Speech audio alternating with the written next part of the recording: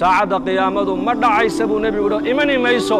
ilaa ka hor aad aragtaan 10 calaamadood buu nebigu yidhi calayhi salaatu wassalaam 10kaa calaamadoodi waa calaamaatul kubra ayaa la yidhaahdaa laakiin waxaa jira ashraadu saaca wax la yidhaahdo calaamaatu suqra iyaku waa la arkay maanta haddii la tiriyana maanta magaalo walba waa laga helayaa calaamaatu suqra laakiin nebigu saxaabada xadiiska wuxuu ugu sheegay saacadda qiyaamadu inaynan dhici doonin ilaa aad aragtaan ama adduunyada dusheeda lagu arko 10 calaamadood buu nebigeenu yidhi calayhi salaatu wassalaam fadakara addukhaan والدجال والدابة ونزول عيسى بن مريم وطلوع الشمس من مغربها وخروج ياجوج وماجوج وثلاثة خسوف خسف في المشرق وخسف في المغرب وخسف في جزيرة العرب وآخر ذلك النار تخرج من قعر عظم تحشر الناس إلى محشرهم النبي يري عليه الصلاة والسلام وعو رسول كأنه يري ساعد قيامة مدعي دونتو إلى الله أركته من على مضاد مركب النبي شاقي قيد صمد كيمن يبو النبي شاقي كما في نص القرآن فارتقب يوم تأتي السماء بدخان مبين يغشى الناس هذا عذاب أليم وعو نبي شاقي قيد صمد كيمن يبو النبي شاقي وعاكلوا نبي شاقي دجال بو نبي شاقي عليه الصلاة والسلام وأدوية بقعد كما تشالو إلا دجال أمريا dadkana wuxuu ka dhaadhicinayaa inuu yahay rabbigii isagu dadka abuuray inuu yahay buu ka dhaadhicinayaa wa sharru ghaa'ibin yuntadar ayuu nebigu faddajaal wa sharru ghaa'ibin yuntadar aw is-saaca wa saacatu adha wa amar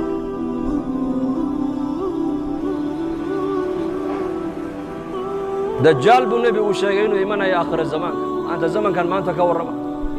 صحابة رسولك رضوان الله عليهم أجمعين أحاديث الدجال كصابسا مرقوا نبي وقوى الرمايو وحي رادين وحان موذي جرني سيدا وهذا النبي قلوب تهدو ساميني ارتنا قدام بيسينو الدجال كجرانو مليني ناس عبتو رادين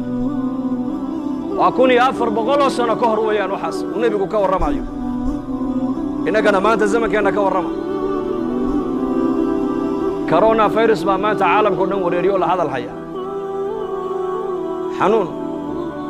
أمر إلهي كالسعود وجند من جنود الله وقفك إلهي وقلت لك لما أنا قفك الآن كل عين أي عالم كودا لابد يسكت ما دمانت هكذا كيسان إيسان صحابتنا كوني أفر بغلو سنة كهر وحي كشا كيسان دجال إنو صوص سعودو مركو النبي قد دجال وغشا كينا ينا بيد هذين وحنون ملينيني يقين تخبر كالنبي قاي وقبان درتنا قدام بيس الدجال إنه كجرانو ملينين أصحابته إلادين دجال بو نبي وشاقينو أدون كوردان مرايو جنة النار وحويك بوتا وعو نبي قوليه عليه الصلاة والسلام قفل يقفك يساقر رمية الراعنا وحا جنة ووتا أيو كتوريا داد اللي دادك يساقر إنكري هذا الرب متهيدي كافر دجال آيات هينا نارتو كتوريا مرقابو نبي قوليه عليه الصلاة والسلام طبعاً آيات سورة الكهف نكا آخر استمالينتي إلى هاي في الندى دجال وكبت بعد يام رسولكم وفي رواية توكد ضمن النبي قواشيك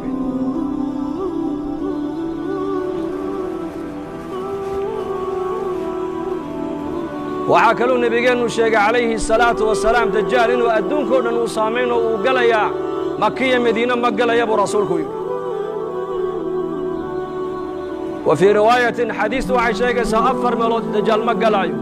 جبل الطور قرت نبي موسى عليه السلام لوقو وحيودي إلهي نبي موسى وكل مناجود مقلا يا دجال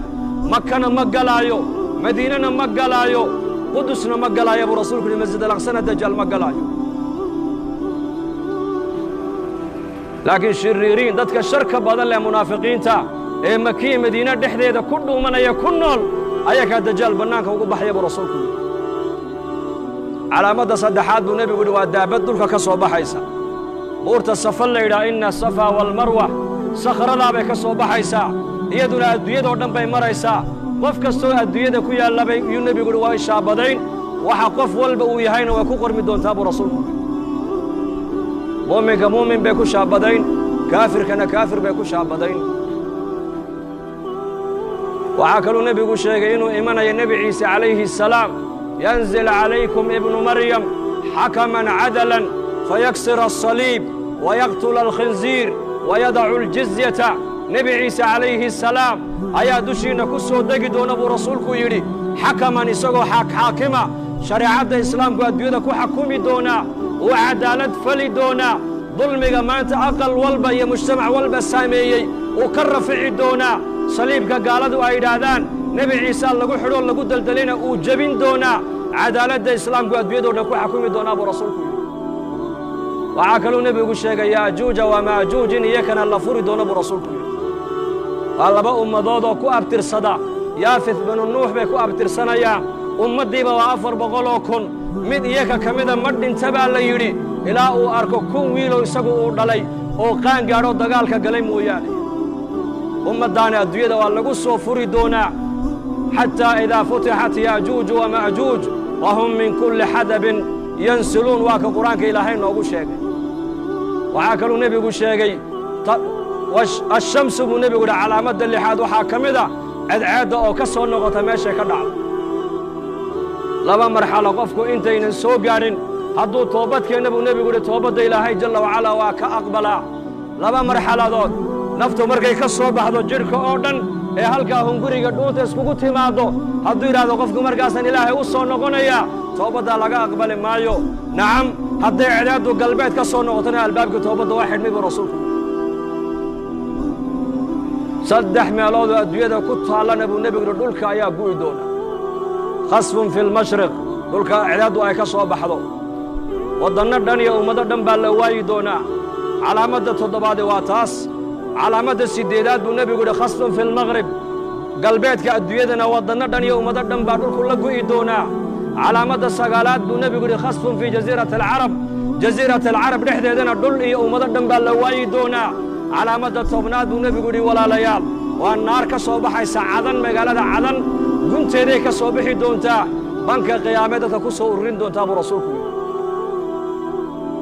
10kaa calaamadood baa ka soo horreeyey buu nebigu yidhi saacadda qiyaamada 10kaa calaamadood maanta